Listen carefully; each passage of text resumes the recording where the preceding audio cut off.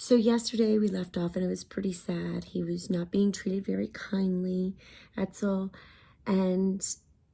But as we know, stories always have some kind of problem before we can get to some resolution and solution. So we keep that in mind. And in a few turns of the pages today, it gets much happier. Hard lessons. Sit, commanded the man with a booming voice. Etzel furrowed his brow, as if trying to understand. It was his first day of police training, and he didn't know any of the commands. Not come, or walk, or sit, or stay. You will learn, said the man, slipping a thick chain collar with a leather leash attached around it to Etzel's neck. He led the dog around the windowless room. Etzel had never walked on a leash before. He pulled and jerked every which way. Whirling, he nipped at the leather strap. Sit, commanded the man again. Etzel stopped tugging. Snap! The man yanked hard on the leash. The collar tightened, squeezed, strangled. Etzel grasped. Panicking and choking, he flailed at the leash, at the end of the leash. Sit, the man said again. He pushed the dog into a sitting position, then eased the tension on the leash. The collar released its vicious grip. Etzel panted, lowered his head. He looked at the cement floor. Walk, came the next command, but the puppy continued to hang his head. Walk! The leash grew taut again. The collar squeezed and pinched. Etzel's eyes opened wide. His body began to tremble. Shouting the command one more time, the man dragged Etzel to his feet, forcing the puppy to stumble along on shaky legs. Around the room they went. Walk, sit, snap went the leash. Walk, sit, snap went the leash. Again and again, day after day. And just as the man had said, Etzel learned. He soon obeyed every command without question.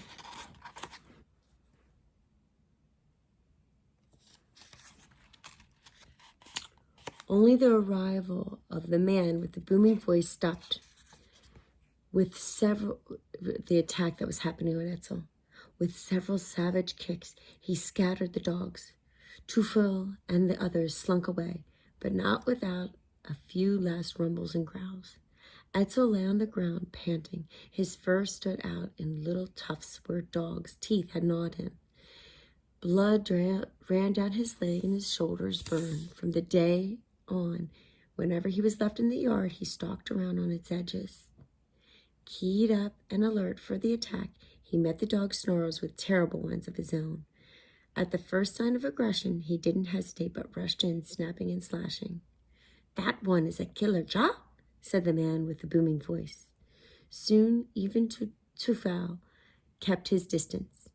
And so it was by the end of the first year at the police station, Etzel was transformed. Gone was the carefree puppy. In his place was a cold, uncaring police dog who snapped at other dogs and trusted no one. So now look at him. Quite different from that little puppy we learned about yesterday. But sometimes, in the cold loneliness of his kennel, Etzel dreamed about the soft curve of his mother's belly and the playful nip of Greta's teeth on his ear. He dreamed about the smell of nibble and kibble on Otto's breath, and in his deep sleep, Etzel would sigh. A doggone good idea. Meanwhile, on the other side of the Atlantic, Americans had gone crazy for a new kind of entertaining movies. In small towns and big cities all across the country, people flocked to their local movie theaters to be swept away by the stories flickering suddenly in black and white on the silver screen. And they fell in love with the faces they saw up there. Sweet Mary Pickford, Bumble, Charlie Chaplin, mysterious and handsome Rudolph Valentino. Audiences couldn't get enough of them. Magazines couldn't stop photographing them. Gossip reporters didn't stop talking about their clothes and parties and romances. They were the stars, America's first movie stars. In his bungalow office, high on the Hollywood Hills, film director Larry Trimble slapped shut the latest issue of Screenplay magazine and turned the gaze out the window. From his vantage, the Los Angeles Valley spread out below him. It glowed with orange groves, palm trees, movie studios, and possibilities, declared Larry. Across the room, Jane Merflin sat at her typewriter, pounding out the latest screenplay. Clickety-clack-ding, clickety-clack-ding. Onomatopoeia is being used a lot in this story. Not again, she muttered to herself. Did you hear what I said, Jane? Possibilities. She said. Clickety-clack-ding, clickety-clack-ding. Can you feel it? Now it's time. I tell you, the movie-going public is holding its breath, waiting, Jane, for something new and different. A fresh face on the big screen. Hollywood's next huge star. Jane leaned forward, crossing her arms over the typewriter. She arched one thin eyebrow. The corners of her red, cupid brow lips quirked up. Oh, sure. Like who? Larry was silent. Jane waited. She could always tell when he was noodling an idea. After making 6 films with him, she knew the signs, the loud signs, the half-crossed eyes, the way he ran his hand back and forth across his hair until it stood up in the brow halo. And when his idea was finally formed, Larry snapped his fingers. I've got it, Jane. With that, you think of a dog. What do you think of a dog, movie star? Jane shrugged. I think it sounds like a flat tire.